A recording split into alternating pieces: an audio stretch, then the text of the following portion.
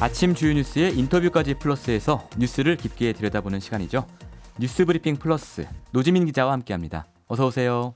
네, 미디어 오늘 노지민입니다. 오늘 새벽에 들어온 따끈따끈한 소식인데 도널드 트럼프 미국 대통령이 한국에 온다고요? 네, 그렇습니다. 청와대가 오늘 새벽 5시에 서면으로 밝힌 내용인데요. 왜 5시에 발표했을까요? 미국이랑 발표 시간 맞추려고? 예, 그렇습니다. 백악관에서도 또 따로 공지를 했다고 하거든요. 예. 트럼프 대통령이 다음 달 하순 일본 오사카에서 그 주요 20개국 정상회의를 하기 위해서 참석을 하는데 예. 이걸 계기로 한국에도 방문을 해서 문재인 대통령과 정상회담을 가진다고 합니다. 이 구체적인 일정에 대해서는 추후 협의하겠다 이렇게까지만 청와대가 밝혔는데요. 이 주요 20개국 회의가 다음 달 28일부터 이틀간 열립니다. 네. 이 회의 전에 올지 이 뒤에 올지에 대해서는 아직 정해진 바는 없고요. 뭐 바로 전일 수도 있고 바로 후일 수도 있겠네요. 네, 예. 그렇습니다. 예. 다음 달 하순 정도다. 이 정도까지만 좀 관측이 되고 있는데 네. 청와대는 두 정상이 만나게 되면 한반도 완전한 비핵화를 통한 항구적 평화체제 구축 그리고 한미동맹 강화 방안에 대해서 협의할 예정이라고 설명했는데요. 예. 이 북미 간 대화 재개를 비롯해서 좀 국면 전환점이 될 수 있을지 기대와 관심이 모이고 있습니다. 트럼프 대통령이 지금 중국 상대하느라고 엄청 바쁘고 신경 많이 쓰잖아요. 네. 근데 중국과의 사실상의 협상 시한이 이제 5월 말까지인데 그때 한국에 온다. 조금 그 전까지 중국과 협상은 다 끝낼 거로 자신을 하는 건지 좀 해석하기가 어렵네요. 이 부분은. 이게 또 어떻게 보면은 연관된 또 상관관계가 있을지도 모르고요. 그러니까요. 네. 예. 자, 불법 사찰과 선거 개입 혐의를 받는 강신명 전 경찰청장 어젯밤 구속이 됐네요. 뭐 사실 구속영장 네. 여러 명 청구했는데 한 명만 됐어요. 네, 그렇습니다. 예. 강 전 청장만 된 건데요. 예. 법원이 어젯밤 오후 10시 40분쯤에 결론을 냈습니다. 강 전 청장에 대한 구속영장을 발부했습니다. 강 전 청장이 박근혜 정부 시절 친박계 후보를 위한 맞춤형 선거 정보 총선 당시에 수집을 하고 예. 또 선거대책 수립한 데 개입한 혐의를 받고 있죠. 여기에 경찰 정보 라인을 활용했다. 그렇습니다. 네, 굉장히 많은 그런 놀라운 소식이었는데 예. 법원은 강 전 청장에 대해서는 혐의가 있다고 의심할 만한 상당한 이유가 있고 예. 또 증거인멸 우려 등 구속 사유가 인정된다 이렇게 밝혔습니다. 그런데 말씀하신 것처럼 강 전 청장 외에도 이 재임 시기에 경찰청 차장이었던 이철성 전 경찰청장 또 네. 박화진 당시 청와대 치안비서관 예. 김상훈 당시 경찰청 정보국장 등에 대한 구속영장은 기각됐습니다. 이때 이제 2016년 총선 때죠. 2016년 네, 총선 그렇습니다. 때 경찰이 생산한 이 보고서들을 이번 수사하는 과정에서 정치 네. 컨설턴트한테 보여줬대요. 네. 그러니까 정치 컨설턴트가 우리는 억만금을 줘도 이런 보고서 못 만든다 이렇게 얘기를 했다는 거 아닙니까? 네. 그만큼 이제 굉장히 자세하고 치밀한 보고서를 새누리당을 위해서 만들어 줬던 거죠. 네, 그렇습니다. 네, 또 경찰의 경우에는요 어제 전현직 검찰 수뇌부를 공식 입건했다 이렇게 발표하기도 했습니다. 그러니까 이제 서로 검찰과 경찰이 약간 네, 서로 치고받는 수뇌부를, 양상이에요. 예. 그렇습니다. 이문정 부장검사가 지난달에 직무유기 혐의로 고발한 인물들이죠. 김수남 예. 전 검찰총장, 또 김주현 전 대검 차장 등인데요. 음, 이 경찰이 전직 검찰수장을 입건한 건 이번이 처음이라고 합니다. 그렇군요. 일각에서는 말씀하신 대로 좀 검경이 수사권 조정을 앞둔 그 시점에 예. 양측 수뇌부를 겨냥하면서 충돌하고 있다 이런 예. 해석도 나오고 있고 또 이 발표 시점에 대해서도 여러 해석들이 나오고 있는데요. 음, 또 문무일 검찰총장이 검경 수사권과 관련해서 오늘 입장을 또 공식 발표할 예정입니다. 오늘 오전 9시 30분에 기자간담회를 엽니다. 예. 이 검경 수사권 조정 국면에서는 검찰과 경찰의 모든 행동이 사실은 이 프레임으로 해석되는 면이 있습니다. 어떤 네. 수사를 하더라도 아, 얘네 이거 수사권 때문에 이렇게 하나? 뭐 이런 생각들을 다들 하니까요. 그렇죠. 이게 예. 그래서 밥그릇 싸움으로 비춰서는 안 된다 이런 우려도 계속 나오고 있는데 예. 앞으로 좀 진정성 있는 그런 대응들이 나오길 바라봐야죠. 국민 그렇습니다. 입장에서는. 네. 그렇습니다. 이 와중에 또 경찰이 어제 버닝썬 게이트의 중간 수사 결과를 발표를 했는데 비난을 많이 받았어요. 네, 그렇습니다. 오늘 보니까 조금 전에 포털 실시간 검색어에 승리가 승리했다 이런 게 올라왔더라고요. 아, 그랬어요. 네. 예. 그만큼 경찰의 그런 수사 결과에 대해서 좀 인정할 수 없다 이런 여론이 좀 나오고 있는 것 같은데 이 서울경찰청 광역수사대가 어제 그 150여 명 투입한 100일간의 수사 결과를 발표했습니다. 예. 앞서 경찰청장이 조직 명운을 걸겠다 이렇게 밝혔던 것에 비해서는 이 공권력 유착 의혹 핵심을 밝히지 못했다 이런 비판이 나오고 있는데요. 우선 수사 결과 간략히 정리를 해드리면 이 가수 승리 등 카카오톡 대화방에서 소위 경찰총장이라 불렸던 이 검찰총장과 경찰청장이 섞인 거다 뭐 이런 여러 해석이 그렇습니다. 나왔던 그 뒤를 봐줬다고 이런 지적이 됐던 윤모 총경이 청탁금지법 위반 혐의가 인정되지 않았습니다. 윤 씨가 승리 동업자 유모 씨로부터 2017년부터 지난해까지 식사, 골프, 콘서트 티켓 등 합해서 한 268만 원 상당 접대를 받은 걸로 드러났거든요. 이게 300만 원이 넘어야 형사처벌이 되잖아요. 네, 그렇습니다. 그렇기 때문에 회당으로도 그렇고 그 300만 원 기준도 그렇고 기준보다 낮기 때문에 청탁금지법을 적용할 수 없다. 이게 경찰 입장이고요. 또 대가성이 입증되지 않아서 뇌물로 보기 어렵다. 이렇게 판단했습니다. 기껏해야 뭐 과태료 부과 대상 정도 되겠군요. 네, 그렇습니다. 반면에 그 버닝썬 게이트를 최초 폭로한 인물이기도 하죠. 김상규 씨 같은 경우에는 클럽 여성 성추행 혐의로 기소 의견으로 송치될 예정이라고 해요. 김 씨가 제기한 의혹들이 있죠. 경찰서 역삼지구대와 버닝썬 유착 관계, 또 본인을 경찰이 폭행했다. 이런 의혹과 관련해서는 경찰이 혐의점을 발견하지 못했다고 밝혔습니다. 김상규 씨는 또 굉장히 억울해하고 있는 상황이겠군요. 네, 그렇죠. 그리고 오늘 법조계에서 뭐 주목할 만한 일정 몇 가지 있는데요. 먼저 김학의 전 법무부 차관 구속될지 오늘 알 수 있다고요. 네, 김학의 전 차관 지금 성폭력 및 뇌물수수 의혹으로 수사를 받고 있죠. 오늘 오전 10시 30분에 서울중앙지법에서 영장실질 심사를 받습니다. 이르면 오늘 밤에는 구속 여부가 결정될 수도 있다 이런 전망이 나오고 있는데요. 김 전 차관은 건설업자 윤중천 씨 등으로부터 1억 6천만 원 상당 뇌물을 수수한 혐의를 받고 있죠. 지난 13일에 법무부 검찰과거사위원회 수사단이 청구한 구속영장에는 성폭력 혐의는 제외가 됐습니다. 좀 여러 공소시효 논란도 있고 이런 해소되지 않은 부분들이 있기 때문에 고려했다는 그런 해석인데 다만 성접대 관련 의혹이 뇌물 혐의 중 하나로 적시가 됐습니다. 그리고 오늘 또 오후에 굉장히 중요한 판결이 있습니다. 이재명 지사의 1심 선고 오늘 오후죠? 네, 그렇습니다. 오늘 오후 수원지법에서 이재명 지사 직권남용 및 공직선거법 위반 1심 선고가 내려집니다. 이 지사는 친형 강제 입원 의혹과 관련한 허위사실 공표, 또 검사 사측 논란, 대장동 개발업적 과장 등의 혐의를 받고 있는데 이 직권남용죄로 징역 이상 형이 확정이 되거나 또 선거법상 벌금 100만 원형이 이상이 확정이 되면 도지사직을 잃을 수 있잖아요. 이 점 때문에 이게 정치적 명운을 가를 수도 있는 가늠자가 될 수 있다. 이런 평가들이 나오고 있거든요. 검찰이 구형한 형은 전부 그 당선 무효형이죠. 네, 그렇습니다. 지난달 결심 공판에서 이 지사에게 직권남용 혐의로 징역 1년 6개월, 공직선거법 위반 혐의로는 벌금 600만 원을 구형했기 때문에 이대로 인정되면 도지사직을 상실할 수도 있다. 이 점 때문에 좀 여러 지켜보는 눈들이 많습니다. 굉장히 이게 판결 내용에 따라서 후폭풍이 만만치 않을 것 같은 판결이고요. 네. 그리고 정부가 중증 정신질환자 관리 대책 이거 발표했는데 아마 그 진주에서 있었던 그 묻지마 살인 사건 이것 때문인 것 같아요.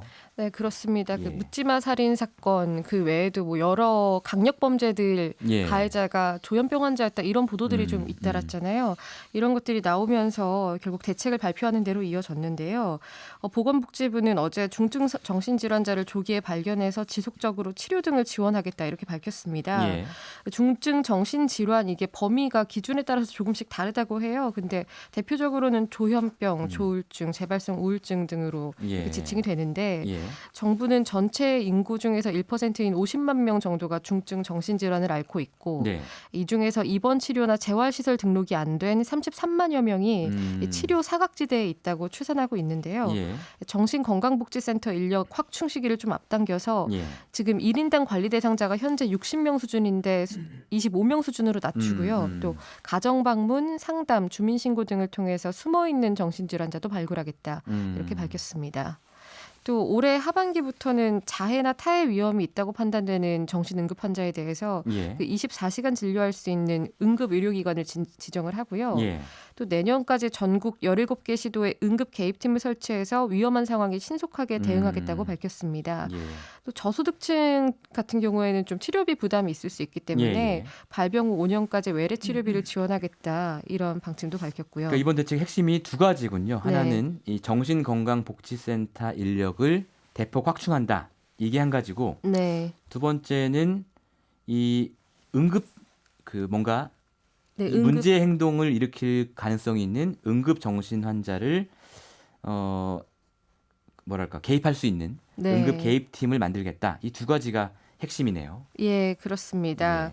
예. 그런데 이 정부 대책 발표를 앞두고 좀 관심이 모였던 부분이 예. 사법 입원 조치, 이게 강제 입원이라고 이해를 하시면 될 것 같은데 예. 이 조치를 어떻게 할 거냐 이게 좀 주목이 됐었거든요. 예. 이 내용은 대응 방안에서는 사실상 빠졌습니다. 예. 정신의료기관 입원 제도가 5가지로 나뉘거든요. 네. 자의 입원, 동의 입원, 보호 입원, 행정 입원, 응급 입원 이렇게 있는데 보호 입원은 주로 가족이 신청해서 의뢰를 하고 예. 시군구청장이 입원을 의뢰하는 게 행정 입원, 예. 그리고 응급 입원 같은 경우에는 발견자가 의사나 경찰관 동의를 받아서 의뢰하는 입원입니다. 예. 의료계 일각에서는 비자의 입원, 그러니까 본인의 의사가 아닌 타의에 예. 의해서 예. 이렇게 예. 입원을 할 수 있는 걸 좀 강화해서 치료 책임을 국가가 져야 한다 이런 주장을 좀 펼치기도 했는데 예. 복지부는 향후 관련 제도 개선을 검토하겠다 예. 이 정도로 입장을 밝혔습니다. 이번에는 사법 입원 제도는 포함되지 않았습니다. 네. 이 정책에 조금 아쉬운 점은 없는지 또 의료계와 환자들은 이번 대책을 어떻게 바라보고 있는지 궁금한데요. 전문가 전화 연결해서 자세한 얘기 들어보겠습니다. 카톨릭 의대 의정부 성모병원 정신의학과의 이해국 교수 연결돼 있는데요. 교수님 안녕하세요. 네, 안녕하세요. 네. 예, 저희가 예, 앞에서 이제 대책 내용을 좀 정리를 해봤는데요. 예. 이번 대책 좀 어떻게 보셨습니까? 의료계와 환자들의 의견이 많이 잘 반영이 됐습니까? 일부 반영된 부분이 있는 건 맞습니다. 치료 지원에 대한 부분들, 예. 그다음에 응급팀 설치하는 부분들에 대한 부분인데 예. 사실 이 부분이 전부터 계속 포함이 되어 오고 있던 부분에서 예. 새로운 내용이라고 보기는 어렵고요. 보다 큰 차원에서 법적인 제도 개선이 빠져 있는 상태에서 지금 예. 현재 존재하고 있는 서비스의 양을 일부 늘리는 접근이거든요. 제가 볼 때는 예. 이거는 이제 복지부의 주무과 차원의 예. 대책이라고 보여지고요. 예. 그러니까 이 정도 차원으로 과연 해결이 될 수 있을지. 예. 예컨대 지역 현장에서 보면 경찰의 대응이나 지역 행정기관의 대응이 보다 공식적이고 예. 법적인 근거를 필요로 하는데 예. 그런 부분들이 지금 제도 개선에 포함이 안 돼 있기 때문에 보다 큰 범부처 차원에서 획기적인 대책이라고 보기 어려워서 예. 이 정도 대책으로 문제의 발생을 중단시킬 수 있을지 많이 좀 우려가 되는 상황입니다. 그러니까 어쨌든 지금까지 계속 개선해오던 방향성의 연장선상에서 이번 대책은 그냥 그 정도 수준이고 뭔가 획기적인 대책은 아니다 이런 말씀이시네요. 예컨대 예. 비자발 치료 결정 개시 부분에 대해서도 비자발 치료요? 예. 그렇죠. 예. 사법 입원이라고 말씀을 하셨지만 사실 예. 핵심은 사법 입원이라기보다는 그건 네. 하나의 방법이고요. 지금 현재 보호자의 의견 그리고 의료진의 결정에 의해서 이제 강제 치료가 시작이 되는 게 가장 예. 큰 부분인데요. 예. 이로 인해서 계속 보호자와 의료진에 대한 어떤 안전의 문제, 환자 인권의 문제가 계속 발생하고 있거든요. 예. 지금 현재 입원 적합성 심사위원회라는 민간위원회에서 이걸 결정하도록 되어 있는데 예. 행정 동원이나 강제력이 법적으로 제대로 보장돼 있다고 보기 어렵습니다. 그래서 비자 가족에 의한 입원을 좀 철폐하고 예. 그것이 사법이든 어떤 형태가 되었든 보다 공식적으로 행정력이 동원될 수 있는 국가의 공공 체계에서 결정을 하는 것이 맞는데 그게 계속 이제 중장기 검토 과제로 남아 있어서 가장 아쉬운 부분이죠. 예. 그러니까 국가에서 결정을 해야 예. 사실 이후에 치료비나 복지 지원에 대한 국가의 책임도 확실해지는 거거든요. 예. 근데 이제 그게 안 되니까 예. 일부 지원에 머무르고 있어서 이 정도 지원으로 과연 사각지대에 있는 그 환자분들이 예. 치료의 어떤 체계로 나올 수 있을지 지역에서 보면 사실 많이 아쉽죠. 근데 지금 저희 논의의 초점이 그 문제 행동을 일으킬 가능성이 높은 환자를 어떻게 관리할 것인가 이 부분에서 이제 교수님께서는 현재 민간에게 떠넘기고 있는 부담을 좀 정부가 가져가라 이런 말씀이시잖아요. 그렇죠. 왜냐하면 이게 정신질환의 특성상 예. 일부 초기 급성기에 병의 인식이 없으면서 자타의 위험이 발생하는 시기가 발생할 수밖에 없거든요. 예. 근데 이거를 국가에서 공공에서 책임져 주지 않고 민간이나 보호자에게 소위 이제 위험이 외주화되어 있는 상황이란 말이죠. 예. 이런 부분들을 국가에서 좀 결정을 해줘야 하는데 예. 예컨대 이제 응급 개입만 하더라도 이제 지역에서 경찰은 보건소나 센터에 이제 많이 의지를 하게 되고 예. 또 이제 센터나 보건소에서는 이제 경찰에 많이 이제 협력을 돼야 되는데 이런 부분들이 법제화되어 있지 않습니다. 그러니까 지역에서 협력 체계 만들어서 알아서 예. 잘 협력하라고 하는 건데 예. 뭐 지역에서는 벌써부터 계속 많은 문제가 발생하고 있습니다. 이런 부분에 대한 법제화도 포함돼야 되고 예. 이런 것들이 되려면 결국 이제 사법 내지는 공공 국가 체계에서 이런 부분이 결정이 되는 게 좀 중요하다고 할 수 예. 있죠. 그러니까 방금 말씀하신 이제 경찰이 응급 네. 개입하는 부분에 대해서는 경찰과 이제 지역의 의료기관이 서로 책임을 떠넘길 수밖에 없는 구조가 돼 있어서 네네. 법제화가 필요하다 이런 말씀이신데 그렇죠. 네. 이번에 발표한 내용 중에 응급 개입팀 설치도 있지 않습니까? 이건 네. 이제 경찰이 아니고 이제 의료인들인 거잖아요. 이제 의료인은 아니고요. 예. 이제 지역 정신보건센터에 근무하시는 이제 보건센터 전문 직원들이요. 예. 전문 요원분들인데 예. 마찬가지입니다. 사실 이제 응급 개입팀이 설치가 되고 그러면 이제 경찰과의 협력이나 출동해야 될 일이 엄청나게 좀 많아질 거라고 예상이 되는데 예. 이분들의 신분 자체가 정식으로 공무원화되어 있지 않은 상황에서 이렇게 큰 위험 부담이나 예. 행정 부담을 과연 떠안는 것이 얼마나 오랫동안 지속 가능할지에 대한 부분들 예. 결국 정신보건 지역센터를 어떻게 공공기관화 할 것이냐에 대한 부분도 사실은 검토가 돼야 되는데 예. 그분들이 빠져 있는 것도 되게 아쉽고 그렇기 음. 때문에 이런 정책 결정이 예. 보건복지부 차원에서만 과연 가능할 것인지 예. 자살의 예처럼 뭐 총리실이든 법무처든 이런 거버넌스에 대한 내용이 반드시 들어가야 되고 예. 그리고 이제 이런 부분들이 결국은 이제 국가 예산의 문제인데 지금 정신보건 예산이 전체 보건 예산의 1.5% 정도밖에 되지 않거든요. 그렇군요. 근데 이런 부분들이 한 5%까지 OECD 국가 수준으로 좀 올라가야 되는데 예. 그런 부분도 사실 예산 확보 방안이라는 부분들이 물론 예. 복지부 혼자 결정할 수 있는 부분이 아니긴 하겠지만 예. 보다 좀 적극적으로 이번 기회에 좀 제안이 돼야 되는데 좀 그런 부분이 아쉽죠. 예.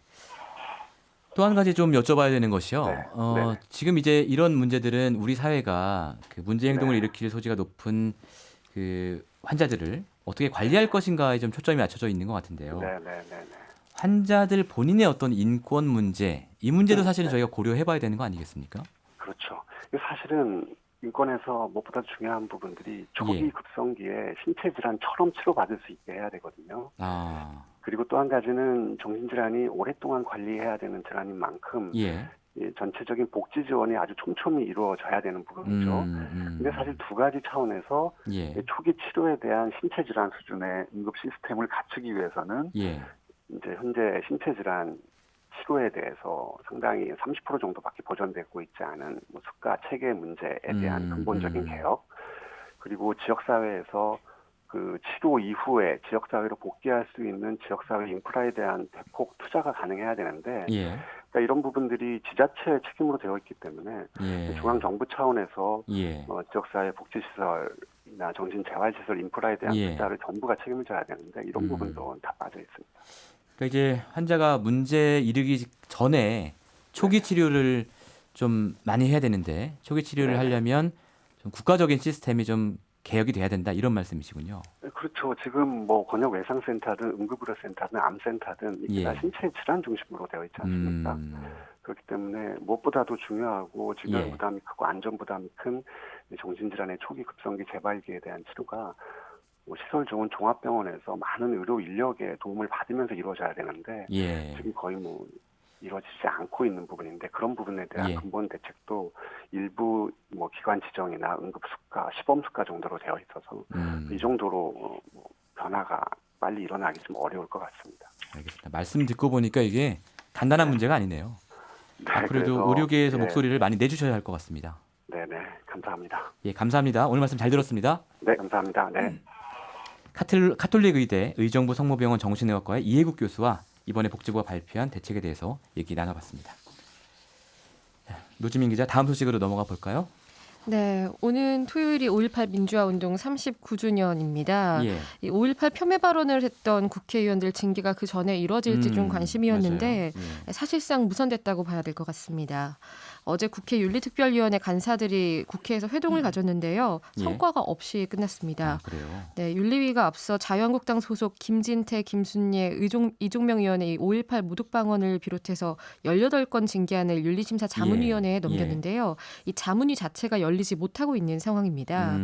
민주당에서는 자문위가 어차피 열릴 수 없는 상황이니까 의견 예. 없음으로 간주를 하자, 당장 윤리특위를 열어서 뭐 의결을 하자 이렇게 요구를 하고 있는데 한국당과 바른미래당의 경우에는 자문위 자체를 재구성해야 된다 이렇게 이견을 보이면서 예. 사실상 멈춰있는 상태가 장기화되고 있는 상황인 거죠. 그러니까 자문위원회를 거쳐서 윤리특위로 가야 되는데 네. 이 자문위원회가 열리지 못하고 있기 때문에 민주당은 이거 생략하고 가자는 거고 네.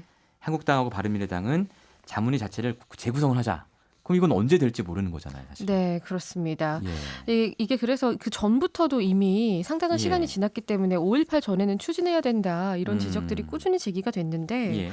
어제 한국당 소속 박명재 국회 윤리위원장이 이 본인이 좀 자문위원들을 만나보겠다. 예. 그 뒤에 다음 주에 간사회의를 열어서 다시 논의를 예. 하자 이렇게 밝혔습니다. 이번 주 토요일이 5.18 39주년이니까 그 전에 되는 건 물 건너 간 거고요. 네, 그렇습니다. 지금 말씀하신 거는 이제 국회 차원의 징계고 당 차원의 징계도 진행이 되고 있지 않습니까?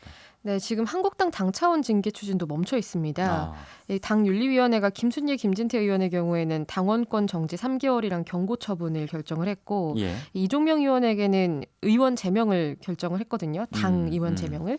그런데 이걸 하려면 의원총회를 열어서 3분의 2 이상 동의를 받아야 됩니다. 예. 그런데 한국당 의총 자체가 열리지 않고 있고 또 만약에 의총이 열리더라도 과연 이 찬성할 수 있는 정족수를 채울 수 있느냐 이 분위기도 좀 회의적인 상태입니다.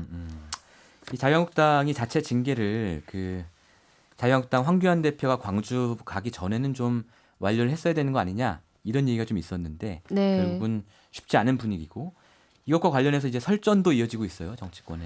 네, 그렇습니다. 이정미 정의당 대표가 어제 라디오 방송에 출연해서 한 발언이 좀 논란이 되고 있는데요. 예. 자유한국당 황교안 대표가 국회에서 5.18 특별법 다루지 않고 다시 광주에 내려가겠다고 발표한 건 거의 사이코패스 수준이다. 이렇게 사이코패스라는 예. 말을 썼습니까? 네, 이렇게 예. 표현을 했습니다. 또 5.18 희생자들이 39년 동안 피눈물을 흘리고 살아왔는데 예. 이걸 폭도 북한군 침투라고 한 사람들을 징계하지 않고 광주로 내려가겠다는 건 결국 가서 물병 맞겠다는 거다. 상당히 좀 강한 어조로 예. 비판을 한 거죠. 뭐 다른 표현은 뭐 할 수 있는 표현이라 보는데 이 네. 사이코패스라는 부분이 좀 문제가 되겠네요. 예. 네, 그렇습니다. 그래서 이 부분을 두고 좀 논란이 있었는데 예. 황교안 대표는 이를 두고 저는 저의 길을 가겠다. 문 대통령도 막말하지 말라고 하지 않았냐 이렇게 말을 했고요. 문 대통령이 막말하지 말라고 한 건 이제 한국당한테 한 얘기인데. 네, 그렇죠. 좀 예. 극단적으로 치닫는 이런 발언, 예. 혐오를 확산하는 발언을 하지 말아야 된다. 뭐 예. 이런 발언을 했었죠. 예. 네, 한국당 전희경 대변인도 논평을 냈는데요. 이정미 대표가 이성을 잃었다. 극단적인 말로 충성 맹세하는 지경까지 이르렀다. 자기들 맘대로 되지 않으면 정치인 떠나서 사람의 인간, 인격체에 이토록 막합하시기 막말을 해도 되는가. 예. 이런 논평을 냈는데요. 예. 네, 이런 말을 좀 들어야 할 분들도 좀 상당히 많은 것 같은데 네. 여러 좀 생각을 가지게 하는 설전이었던 것 같습니다. 마지막 소식도 굉장히 중요한 소식입니다. 이 하나금융지주가 론스타와의 소송에서 이겼다. 이 소식이 있는데요. 네, 하나금융지주가 미국계 사모펀드 론스타와의 1조 6천억 원 규모 국제소송에서 승소했습니다. 론스타가 지난 2012년에 외환은행을 인수할 당시에 그 인수 가격을 깎으려고 금융당국을 빙자했다. 하나금융이 예. 빙자해서 인수 가격을 깎으려고 했다. 이렇게 손해배상을 청구한 건데 받아들여지지 않은 거죠. 예. 네, 이게 앞으로 정부와도 걸린 예. 문제가 있기 예. 때문에 어떤 영향을 미칠지 좀 주목이 되고 있는 상황입니다. 론스타가 자기들 손에 책임을 묻고 있는 건데 하나금융이 책임이 없으면 오히려 정부 책임을 물을 가능성이 있다. 그래서 정부는 불리하다. 이런 의견도 있더라고요. 네, 지금 양갈래로 나뉘고 있는데요. 네. 론스타 주장 신빙성이 떨어진다는 판단이 작용할 수 있다. 하나. 예. 방금 말씀하신 대로 하나금융 책임이 없어지면 예. 정부 책임이 무거워질 수 있다. 네, 예, 이렇습니다. 알겠습니다. 오늘 소식 여기까지 듣겠습니다. 고맙습니다. 고맙습니다. 미디어 오늘의 노지민 기자였습니다. 평일 아침 7시 20분 시민보의 시선 집중.